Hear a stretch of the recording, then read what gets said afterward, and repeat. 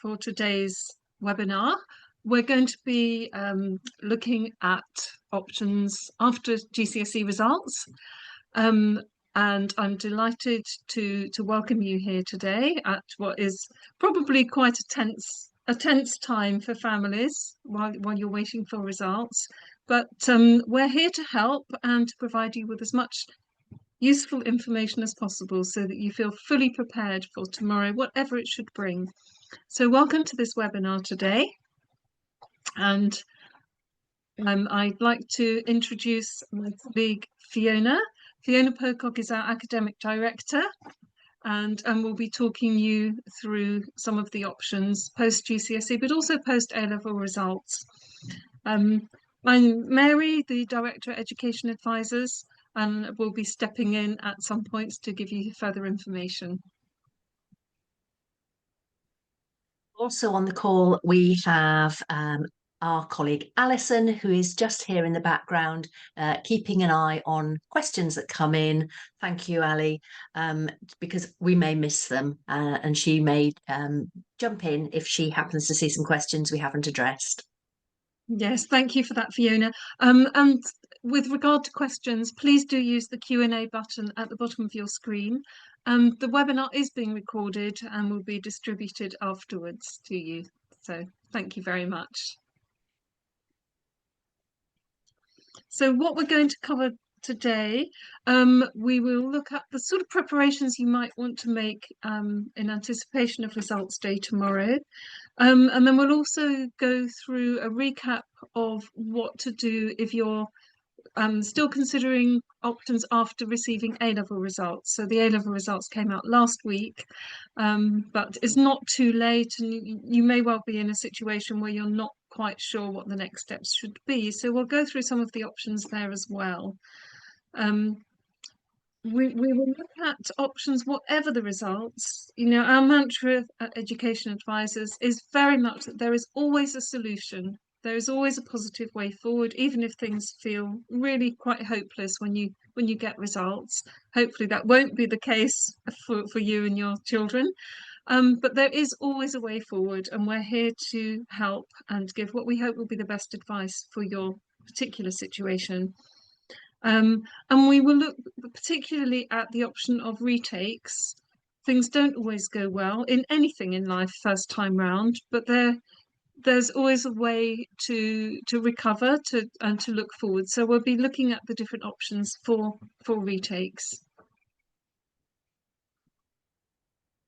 Okay, so I'm going to step in here, Mary. Thank you for that. I just want to talk through about how you're going to plan for your results day, because tomorrow morning, for a lot of people, they'll be quite anxious or excited about receiving their results.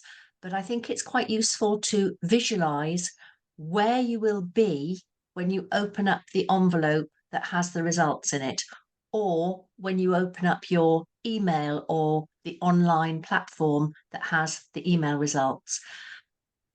I think it's worth thinking ahead. Who's going to be there with you, or would you prefer to be by yourself?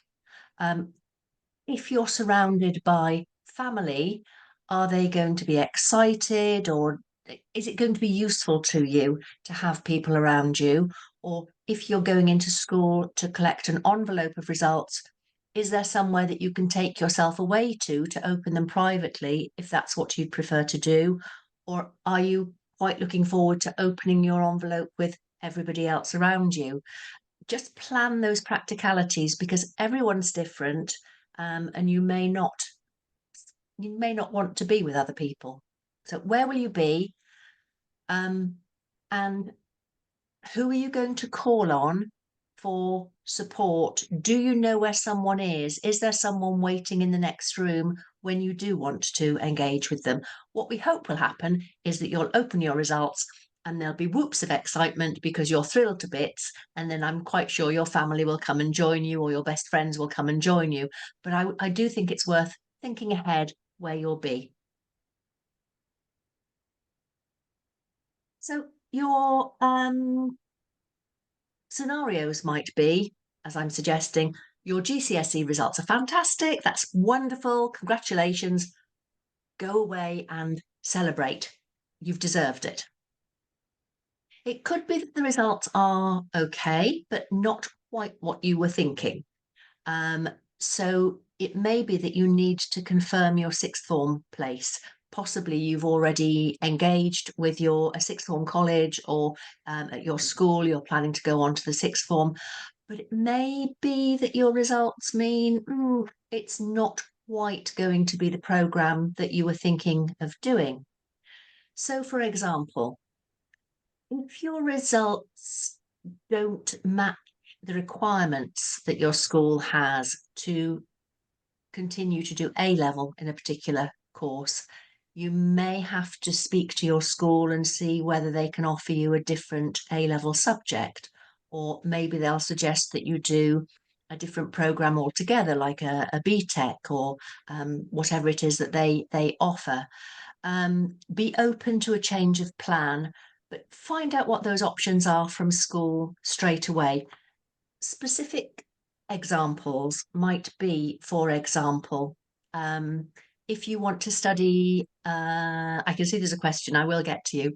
If you were intending to study maths, for instance, at A level, and you've got a grade 4 or grade 5 in maths, that's not going to work for you. You're going to find A level maths too demanding, and therefore you're going to be doing a rethink. So that's just one example. Someone's got a question. Yes, Fiona, we've had a question in. Somebody was asking when they can take a retake if their marks aren't up to what they're expecting. When and good how? point. Thank you. Yeah, Mm. that's exactly, yeah, great question. Well, for GCSE retakes in the October session or the November session, I say November because that's how most schools refer to it, although the exams themselves are very often in October. In November, you will be permitted with most schools and most exam boards to retake English language or maths. If you want to take your other subjects, typically those are in the summer. So for the people we're speaking with, that would be summer 2026 for the retakes. The reason that the maths and the English are available in the November session are because those subjects are so critical. I can't emphasize this enough.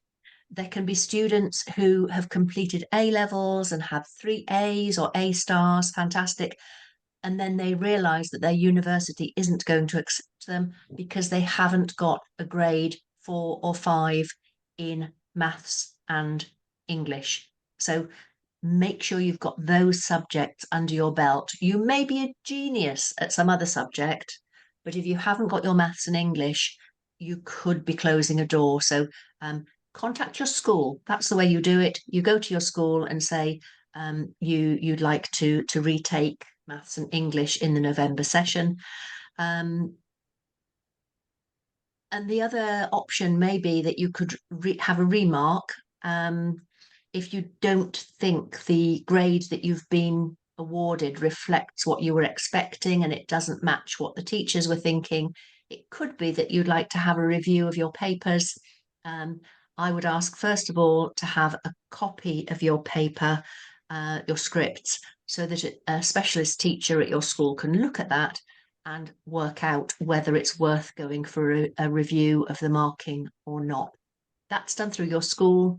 You will find that your exams officer will be in school tomorrow and probably for a day or two afterwards. So I hope that helps. I can see there's another question. Yes, Fiona, we've had a question regarding if the mark is below a 5, for example, do the results show how close to a 5 it might be? Does it show if you're just off the mark, or does it show if you're just off the mark, or if you're way is it not worth getting a remark? Sorry, I didn't word that very well. No, that's clever. That's clever. Yeah. No, I understand what the person's asking. Yeah. It isn't usually obvious just from seeing your statement of results. But if you delve down, school will be able to show you what the raw marks were and what the grade boundaries were. And you can do a little bit of arithmetic, or school can do the arithmetic and see how many grades, how many marks you were off the next grade.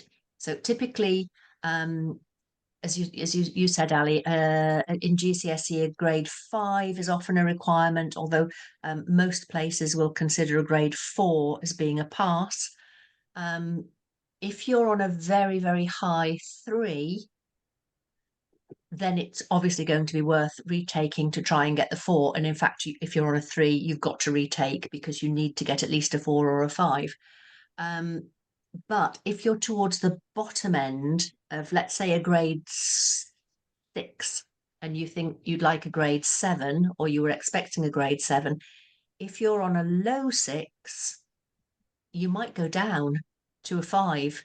So in that case, you consider very carefully whether you think you can make an improvement, especially if it's maths, for instance, because if you're going to do maths in November and the exam may be October, you haven't been doing any maths all over the summer months. So you're already going to be rusty.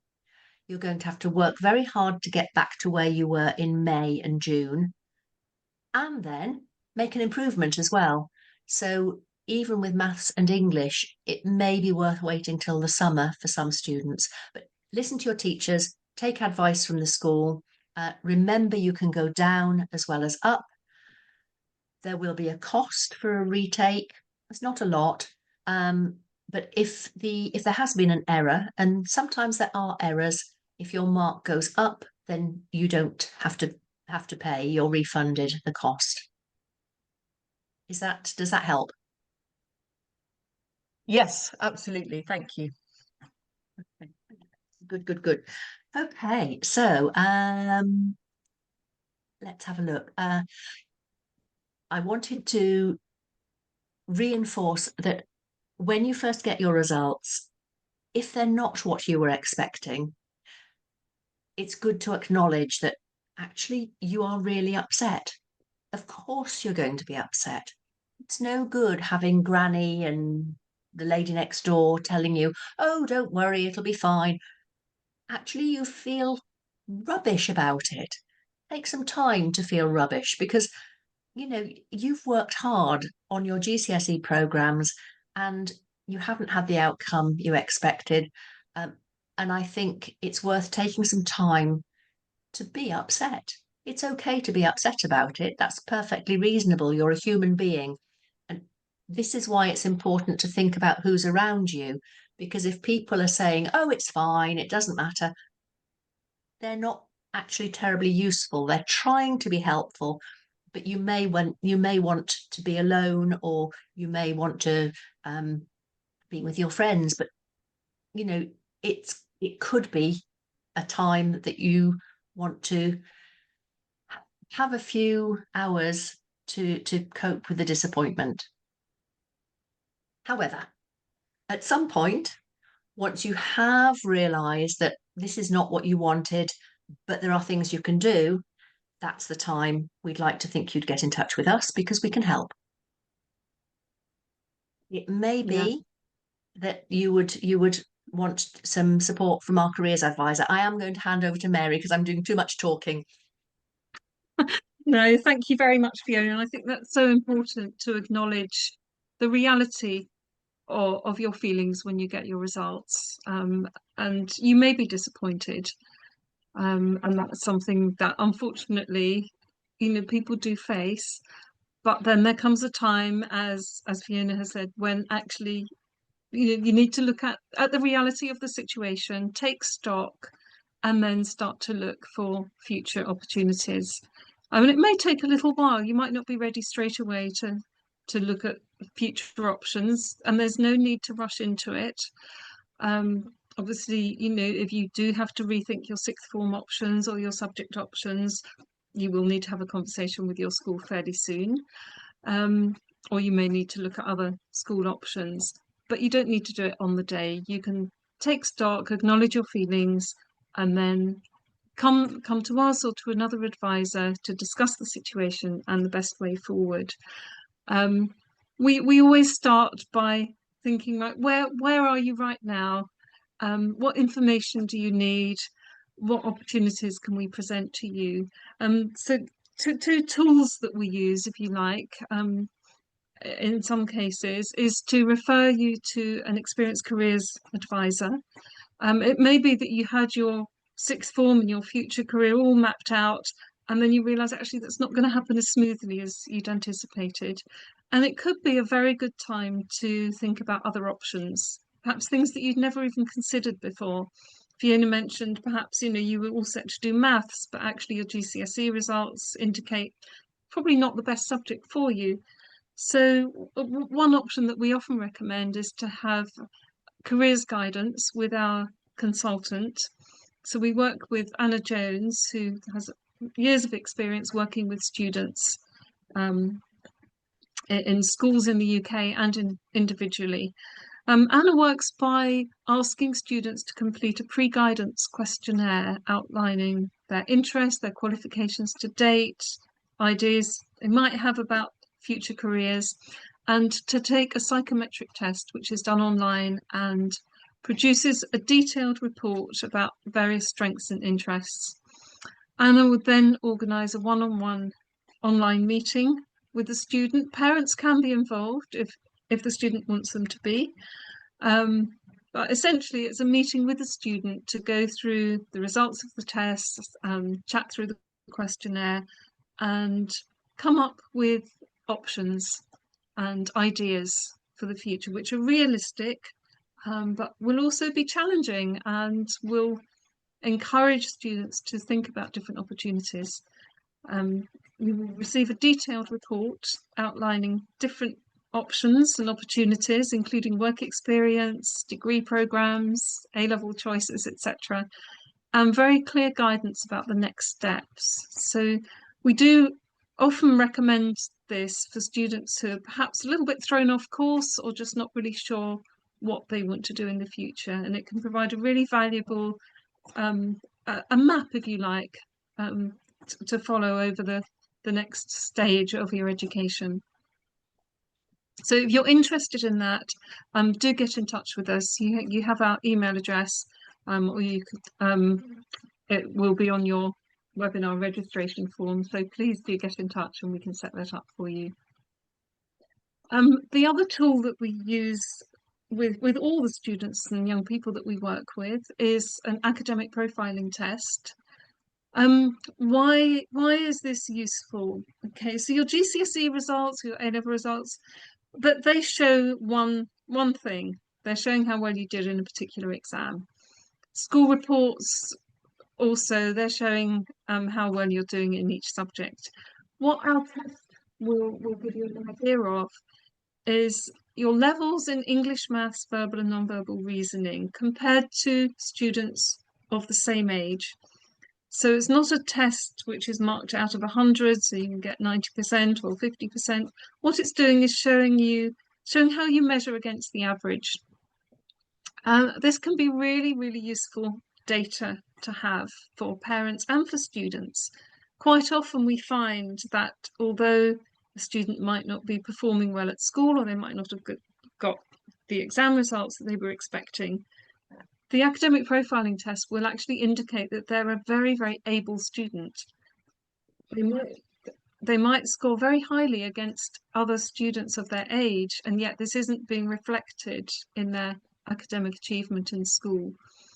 We see this time and time again, and actually it's very useful information to show to prospective schools. Actually, this is a very bright student, but perhaps they've been in the wrong environment, and perhaps you can help and you can nurture them and you can develop these talents which are very clearly shown in this test. The other area that is very useful in the test is it will show where there are particular strengths and areas that need attention. And quite often, GCSE results can be disappointing because we often hear from students where the teaching has been quite erratic over their GCSE years. They may have had several different teachers and the continuity has been missing, or they may not have received individual support that they might have needed. So the report will highlight those areas which can be really, really useful for informing future study plans, particularly if you're thinking of doing retakes, tutors to boost particular areas. So I think on the next slide, we can show you a sample report. So you'll see that this is showing where the child sits in relation to their peers. So this is a child who's doing fine, right in the middle. And then at the bottom, you can see that the different areas are measured against the average. So this is a child who is stronger in maths than the average, little bit weaker in English and the reasoning. There's another page which will highlight specific areas in English and maths where there are strengths and weaknesses. If you're interested, please do get in touch, and we'll be very happy to have a call with you to discuss how this profiling could help you and your child. Yes, I'm going to jump in, Mary. It's incredibly useful, and schools often do a similar test as part of their entrance, the assessments for entrance. But if we're able to share an APT test with them, just a couple of weeks ago, we were working with a student who needed to be placed very quickly, and the school saw that she had a terrific score of over 110, and felt that they really didn't need to do their own online test for that particular student. Yeah, thank you for that. I should add that we are offering academic profiling tests this summer. We have a special deal on them for parents who are looking at testing their child in preparation for any school entrance tests coming up in the autumn, or if they're looking at tutoring for retakes. So again, please do get in touch and we can give you more information about that. And it's worth saying, Mary, I think parents will very often think that they can prepare for these online tests, and they want to practice. And how can I do better? It's not a content-based assessment. It's going to be adaptive. So it's looking at areas of strength, not about pre-learning. However, it can be useful to have done one test in advance, only one. So if you know that a school is going to have an online profiling test, not the same as ours, if you go through an APT test with us, your child will be used to doing an online test and working at a speed that's correct for that sort of test. So it can help with familiarity, and setting an expectation as well, which can be quite reassuring. Yeah, thank you for that, Fiona. I should add that once the report is generated, you will have a one-to-one feedback meeting with one of our consultants, and we'll go through it with you in detail and discuss the results and the implications for your child's future education and school options. So I'll hand back to you, Fiona. You don't have to. No, I mean, keep going if you, because I think we'd say the same thing. Over to How you. do you decide what to do? Mary and I we do seem to work on a very similar. You'll hear the same things from both of us, so it's not surprising we're both jumping in on these slides. I think the first thing is, don't panic. Don't panic.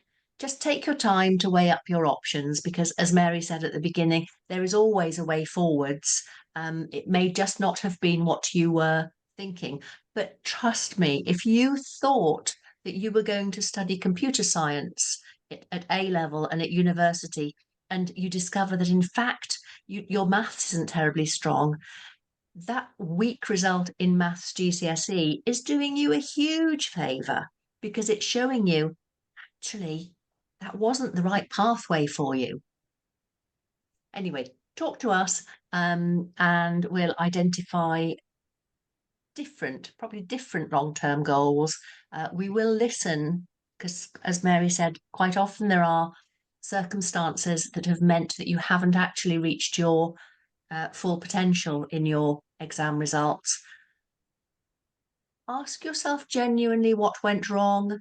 Maybe it was that the teaching wasn't great, or there was disruption, or you had an illness. Maybe you just didn't do enough work. So, what are you going to do to get it right? Well, you might be rethinking your subject choice at A level. You may be thinking, that school and the friends I was with, they weren't motivated, they were distracting me. I need a different environment. I need to be in a school where I'm surrounded by people who have higher aspirations. And so I want a change of environment. Um, it may be that you want specialist support from a tutor, for example. It might not be a very long session of tutoring, but something to get you back on track. And it may be that you just needed a bit more time to get it right. I was speaking to a young man on Saturday, as it happens, who was actually on a trajectory to do far, far better than in fact his results turned out to be. This was A level, and he was going to do well, and he will do well, but he just needed a bit more time. Anything else you want to add there, Mary? No, I think that's the advice that we would give. I do think, that I think we've alluded to this before, but getting results that you weren't expecting is very much a time to take stock and reconsider the future. Um, and like Fiona said, you might want to do computer science, but you won't enjoy it and you won't do well in it if you haven't got the necessary grounding in maths. And the fact that you perhaps haven't done as well as you thought you would is a very important signal to you, to take stock. So it will be a time of reflection, and I think to have as much information as possible to help you make informed decisions is really, really helpful. Yeah. And sometimes where a school has a requirement of a certain grade before they'll let you progress to A level, that's not an arbitrary figure that they've plucked out of the air. It's because they know through experience that if, for example, you don't have a grade 6 or 7 in an essay-based subject, you're going to struggle with history, for example, A level. Those prerequisites from your school are there for a reason, and it may be annoying if you haven't quite got those grades, but it's usually well considered. Something else came to Yeah. mind, and I'm trying to think what it was. Yes, that was the thing. Certain university programs as well. If you're planning to go to university, you may sail through to the sixth form. Imagine you want to be a doctor. Maybe you've done beautifully in chemistry and biology, possibly even physics or dual award science. That's lovely. But you're not going to be an eligible candidate for some medical schools if you don't have, which one is it? Let me think. City and St George's, for instance, they're going to require you to have an average of at least 6 across your 5 best GCSE results. And certainly other medical schools have higher requirements. So your GCSE grades can inform what happens in 2 years' time. And it's worth knowing that in advance before you set your mind on a specific institution or a specific program at university. Yeah, if I could add to that as well, we have had families in the past who've come to us because their child was holding an offer from a school for sixth form. And if they don't meet the GCSE requirements, you might find yourself in a situation at this very late stage where the school turns around and says, actually, we're very sorry, but we can't take you, even with a change of subjects. In those cases, do get in touch with us, because there are schools which will offer places with lower entry requirements, and they will work out with you a suitable program for your child. And this has happened even with children who've secured a student visa to study here. So understandably, it can be a very stressful time for families because all the plans seem to fall apart at the last minute. again, we can step in, we can help. So please get in touch with us if you find yourself in that situation, which of course we hope very much you won't. However, what we discover is where somebody trips up, be that at GCSE or A level, that student very typically will end up being a stronger student, a more resilient student once they get into A levels or more often university. What we see time and again is a student who's sailed through with A star in everything or a grade 9 in everything, and they've never encountered a difficulty. Once they get to university and suddenly things are tricky, they don't quite know how to cope with it. So there is always a positive, there's always a silver lining. So, why would you change school at 16? Mary, why would you change school at age 16? Well, it's actually a very popular time to change schools. Students look at different sixth form options for a variety of reasons. If you're listening to this today with a child expecting GCSE results tomorrow, if you're looking at a different sixth form, it is going to be a last minute decision based on their results, probably out of necessity, or perhaps they've done brilliantly and you're thinking, gosh, actually, they've been at an academically non-selective school, perhaps we should be aiming higher. You might want to upgrade. It's very late to apply to schools. However, those schools which are academically selective will have students holding offers who may not achieve the necessary grades, and there may be last minute places. So if you have a particular school in mind and your child has done exceptionally well at GCSE, do give those schools a ring and ask what their waiting list situation is and if they could consider your child. It's always a possibility. If you're looking for next year, then certainly a change of school at 16 plus is a very popular option. You might want a more academically challenging school.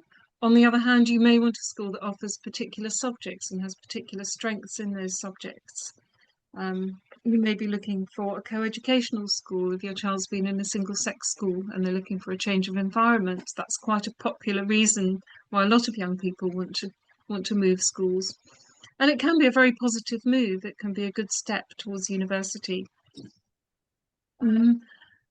Whatever reason you have for wanting to move schools, it's a great opportunity to challenge yourself, to move into a new environment, to make new friends, to establish new relationships with teachers, to really explore different subjects and a different environment. So yeah, you can really see this as a positive time for moving forwards. I was going to say moving over. I think moving forwards for the next stage in your education. Some of the popular options, which I think we'll look at on the next slide, for 16 plus, are the independent colleges. So we work very closely with a range of independent sixth form colleges. They differ from schools. That's all right. The colleges differ from schools in that they cater primarily for students in the sixth form, although some of them do take younger students to do GCSE courses. They offer a more mature environment than a traditional school. Usually there's no school uniform. Students are able to call their teachers by their first names, and there's a certain flexibility around the timetable. There are unlikely to be assemblies every morning or rules about attending chapel or having to be on the premises from 9 until 4:30 or whenever the school would require you to be there. The academic support at these colleges is fantastic. Students are usually taught in small classes by specialist teachers who are really passionate about their subjects. And they will spend a lot of time really getting to know each individual student, understanding their strengths, understanding how they learn and supporting them to achieve the best possible results. They do tend to be results driven because students go to these colleges because they usually have a particular aim in mind of going to university or achieving particular grades in their A levels, or indeed BTECs or university foundation programs. But they will help you plan out a route to achieve your goal. So they'll be working with you at this critical stage of sixth form to make sure that you have the very best chance of achieving the aim of where you want to get to next. Most of the colleges are situated in London, Oxford and Cambridge, but there are others dotted around the country. And we can offer free advice to families who are looking for this type of option for their child. They will generally have places right up to the last minute. So if you're in that situation of needing an alternative sixth form after getting GCSE results, we can definitely help you. So please do get in touch and we can talk you through the options. I don't know, Fiona, as the ex-principal of an independent college, you've probably got things to add to that. Lots and lots of things, but we probably haven't got time today. But I would say it's worth thinking about an independent sixth form college if you would like an intensive 1 year GCSE retake program as well, because very often you don't really want to be at school retaking because you feel as though you're being held back a year. But if you move to an independent sixth form college, most of them will offer an intensive 1 year retake program, and you're going to be amongst other students who have the maturity that you have. And as Mary was saying, typically not having to wear uniform, or some of the silly rules that used to annoy you at school just don't exist. I mean, there will be some rules, but it's more about turning up and doing some work. So some of the things that used to seem a little bit silly at school don't tend to exist. So think about a private sixth form college for GCSE retaking as well. Thank you. So let's move on and see. It's worth thinking a little bit about students who've just had their A-level results. It's almost a week now since A-level results time. We've been focusing on GCSE results because they arrive tomorrow, but I just wanted to remind people that it's not too late to be looking at clearing even now if you've had your A-level results and didn't get into your firm or insurance choice. There's always a mad panic on results day, A-level results day. And last week I was saying to people, look, you've got to be quick, you've got to be quick. Yes, you have, but clearing goes on into September, and there will be people who have decided not to take their choice at university. And therefore, over the coming days and weeks, there will still be courses that are available. I had a quick look on UCAS earlier, and there are some interesting programs still available through clearing. There's a website there where you can just do a quick course search. And it may well be, you know, that the options that are available now may not be at a Russell Group university. People get very fixated on these Russell Group universities, but in fact, is it better to be towards the bottom of the pile in a Russell Group university, or excelling and coming out with a top grade from a middle ranked university where you've actually enjoyed being pretty good on your programme? It's not second best. It's what's best for you that matters. So there are still some good places around. Make a list of new options. Phone the universities. I know students are very often shy, reluctant. They're not used to picking up the phone. But phone those universities and secure some offers, because you want that offer before you confirm it through clearing on your UCAS application. There's a question, Alison. Yes, another question's come through. Haven't all the good courses gone by now? Mm, mm, mm. And it's a good, yes, the very high tariff, very highly competitive programs probably will have filled up. So the answer is yes and no. There will be some that still become available, but the as I was saying, some slightly different courses that may suit you better will be there. Possibly a subject that you hadn't even heard of might be available, and possibly that is at your dream university, but you just need to be a bit more open-minded. Do look, because some of those top universities still have the occasional vacancy. But change your fixed mindset and have a look at some of the middle ranked universities, because students very often really enjoy their program there far more than they might do at a very academically demanding institution. So I would say look at the details of the course, look at the modules that are offered on the program that's available through clearing. And if it's getting you excited, phone them up and see if they'll make you an offer.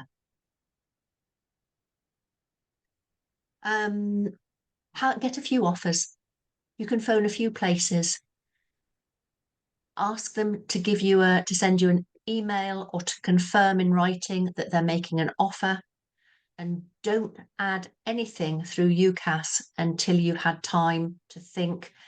If they've made you an offer, that will be open for a little while, not days, but certainly hours, and then you can add it through UCAS. Ali, I bet it's the same person asking another question.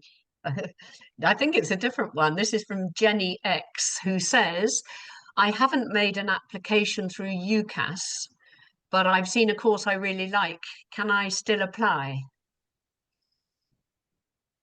Great question. I love these. We did one last week.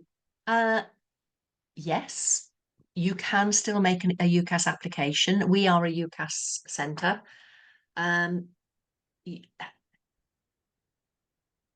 You won't have time to hone your personal statement or get a particularly good reference or accurate reference, a detailed reference from your school. But if you're in this position and you haven't made an application yet through UCAS, but you've seen a course and you know that university wants you, secure the offer by getting them to put it in writing. Get in touch with us. We can do a quick, not beautiful UCAS application, and then it's only when you've submitted your UCAS application that you'll be able to add a choice through clearing. If you do a very late UCAS at this stage, you can't put in 5 choices like you would have done had you applied earlier in the year. But most universities will be expecting a UCAS form, a formal UCAS form. We can do it quickly. I reckon I can probably do something like that in a couple of hours. It won't be beautiful, but we can get it done.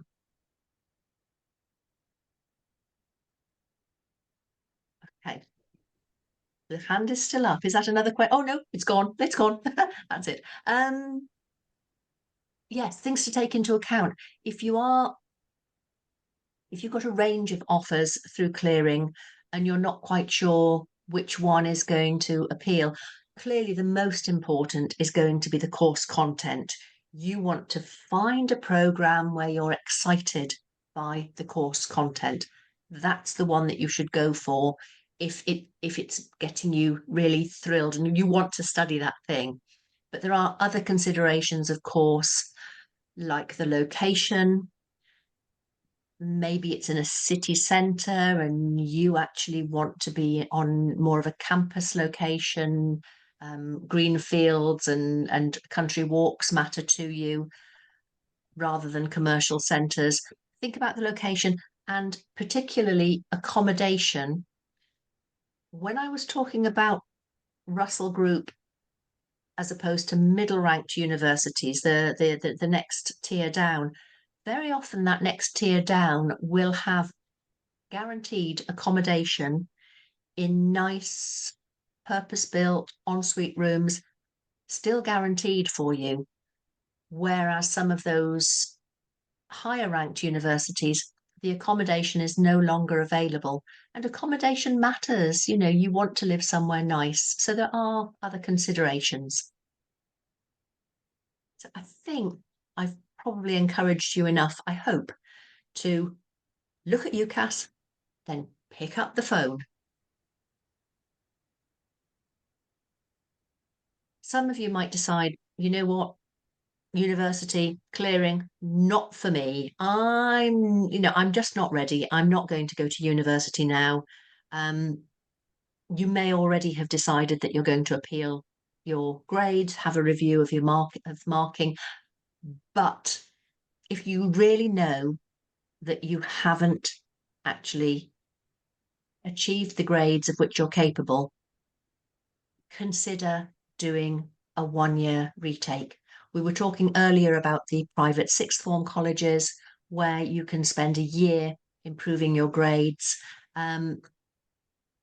If you are really disappointed with your A-level results and you haven't attained the course that you've set your heart on and you know you can do it, get in touch and we'll talk to you about a private sixth form college where you would work intensively, usually for a year. Some retakes are available in October, particularly the international A levels.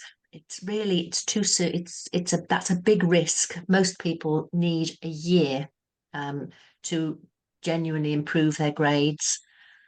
And there are all sorts of benefits. I'd love to tell you lots and lots of benefits about doing a 1-year retake program at A level. What I will say is every single student that I've worked with over decades has always said that they consider themselves to be a better undergraduate as a result of having done that retake year than had they gone immediately from school. So that's always nice to hear. Yeah. Can I just add in there as well, Fiona? Obviously, enrolling in an independent college for a year does come at a cost. And it's a commitment of money as well as time for your child. There are other ways you can do this. You can register to resit the exams at an external exam centre. And in fact, many of these private colleges do act as exam centres as well. And we can put you in touch with ones close to your home. And then you might want to look at engaging a tutor just to keep yourself on track. Speaking to the students here, you may not need a huge amount of tutoring, but I think guidance from a professional teacher or tutor to help you with your revision of those subjects will be absolutely invaluable. And if you do that, if you go down that route, you need to really think about how best to use this year.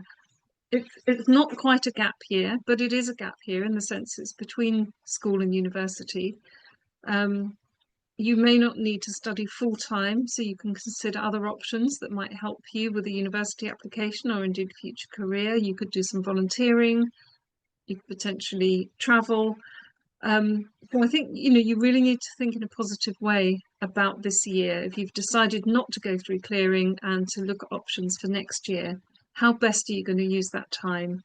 So again, we can help, we can recommend tutors, we can chat with you about how best to use this academic year leading up to next year. We can also help you with your application for university for next year. Fiona mentioned we are a UCAS centre and we can help you choose perhaps different choice, different degree programs, different universities from those that you considered for this year. And another really useful tool can be, if you're planning your year after A levels like this, and retaking, you can do an Easter intensive revision course, which are offered by a number of different providers and can really help you hone your exam skills prior to the retake exams in the summer. So again, do get in touch with us and we can help you plan this year to your best advantage so that you really have every chance of achieving your goals next year. Yeah, it's an opportunity. The doing the 1 year retake program is an opportunity to reinvent yourself, and then flourish and be the person you want to be before you go off to university. There's another question.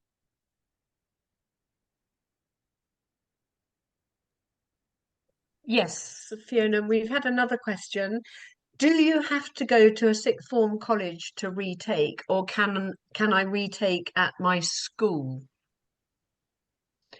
And it Question, follows Mary. up with, if it is, yes, you do have to, how much will it cost? Okay. If you, some schools will permit you to make an entry to retake at using your previous school as an exam centre,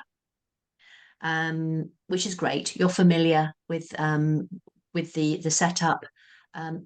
More often than not, you might be having tutoring and you just go in to sit the exam, as Mary was talking about, or we can advise on other private centres that will take private candidates.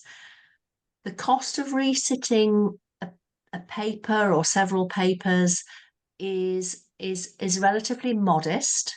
You will pay typically, just to prepare you, I'm not going to give figures, but each exam board or well, I'm going to say exam board has its own charge for the paper. That's the smallest part. But then the school will add normally about the same amount for using them as an exam centre because it's work for them. They've got to make the entry. The exams officer is doing some work for you. Then you might also have to pay a fee for the invigilation because it may be that you're the only person sitting that paper and you require one-to-one invigilation. Well, someone has to pay for that as well. And then overall, certainly the exam board will charge a subject fee for certificating that subject again. So the fees add up, but we're talking hundreds, hundred rather than thousands. It may be under 100 for just one subject for the exam fees, but it can add up, and it's quite tricky sometimes to find a centre that can accommodate you, particularly if you have a science practical element that has to be done. We can help you with that. But if school can't help you, to save you having to phone around a lot of places, we could help you find a suitable exam centre more quickly. But it may mean spending a night or even 2 nights in the city where your exam centre is. The other question, how much does it cost? I'm not sure whether the questioner meant how much does it cost to do a retake year, or whether how much it costs to do a retake. To do a retake just for the exam centre. Sorry, I think it was referring to if you went to a sixth form college, one of the colleges you were talking about, how much roughly would it be for the year? Yeah, and that's a good. So that's going to be at one end of the spectrum. Just resitting the exams, the papers, is at the other end of the spectrum. Mary, I'm going to come to you because I'm a little bit out of touch, and I know it can vary a little bit, depending on where in the country you're. I mean, it is normally London, Cambridge, Oxford. I would say probably in London you would be looking for 3 subjects between 25 and 35,000 for a year. Yeah, I was Outside going to say London, it's 35. cheaper. There are some cheaper colleges which maybe don't have such flashy facilities, but the teaching may be, well, should be brilliant anyway. And you may want to have something near your home, which is also an important consideration. Um, but I would say in London between 25 and 35,000 for three And subjects. yes, and that's normally that's without the accommodation. That's Some of the without 35s, accommodation. yeah. So there are more modest, slightly more modest places, as Mary said, that aren't quite perhaps so flashy, but actually what matters is the quality of the teaching. If you've been at an independent school and then you're moving to a private sixth form college, the fees are not going to be terribly different, but you're not going to be getting that rolling countryside, sports fixtures, um, drama productions. There'll be some things, extracurricular stuff, and very, very focused supracurricular activities. But you're paying for focused teaching to get you through an exam and to put in a realistic university application.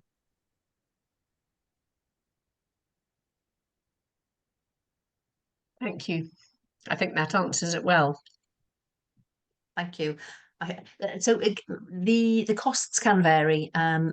Get in touch. We can talk to you about budgets, but it's not inexpensive, certainly. But then, of course, you're networking with other people from around the world who are perhaps going to be tremendously useful to you in future life as well.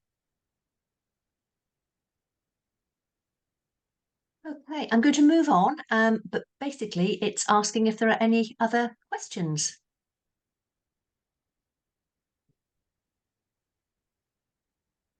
I can't see any questions that have come in. I No, think we're if done. you do, I yeah, I think so. If you do have any questions following the webinar, please do get in touch with us. You can reach us, which should be on the slide, but is not, at info@educationadvisors.co.uk. Or you can phone us. You can find the number on our website and on our signatures, which you should have received with the webinar invitation. So thank you very much for joining us today. There's a question. Oh, Yes, we've had another last minute question. Is it worth retaking for oversubscribed courses, e.g. medicine or dentistry? Oh, that's a tough one. You just thought you were going to escape and leave the webinar. That's a really good question.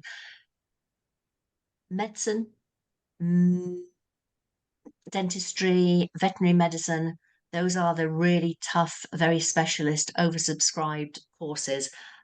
In specific circumstances, yes, it is worth retaking and making another application if you do your homework, because some institutions will not consider students who have retaken, but the independent sixth form colleges will know which institutions you can apply to if you're a retake student.